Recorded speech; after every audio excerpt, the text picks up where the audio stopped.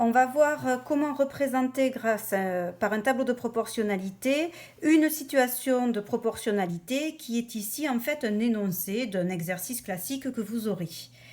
Donc la méthode pour faire un tableau de proportionnalité, c'est écrit dans votre leçon.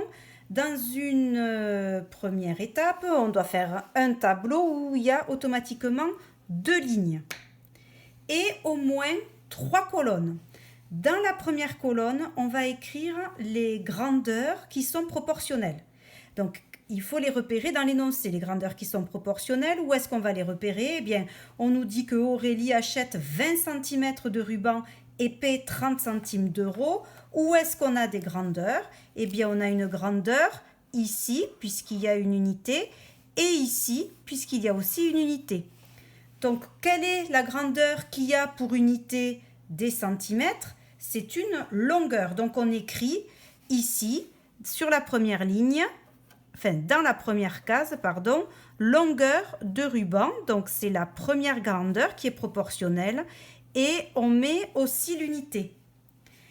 Là, maintenant, la grandeur qui lui est proportionnelle, c'est les 30 centimes d'euros. 30 centimes d'euros, c'est une grandeur prix, puisque centimes d'euros, c'est l'unité d'un prix. Donc, on va écrire ici centimes d'euros comme unité de cette grandeur. Cette première colonne étant établie, on passe à la deuxième colonne. La deuxième colonne, il va falloir que l'on écrive la correspondance que l'on a entre ces deux grandeurs. Bon, eh bien, je les ai déjà notées, en fait, ces correspondances. On sait que 20 cm de ruban coûte 30 centimes d'euros. Donc, ça veut dire qu'on va pouvoir dire que 20 cm de ruban sur la première ligne coûte 30 centimes d'euros. On nous pose une question, combien coûte 18 cm de ruban? Donc c'est ce que l'on va mettre dans la troisième colonne, c'est la question que l'on nous pose. Donc on nous pose la question, combien coûte 18 centimes d'euros? Donc moi je connais la longueur du ruban, 18 cm, j'ai dit centimes tout à l'heure, pardon, 18 cm, que je vais donc écrire dans la première ligne de ce tableau. Et en fait, moi, je vais rechercher, la question que l'on me pose, c'est le prix. On verra dans un autre paragraphe comment on le fait.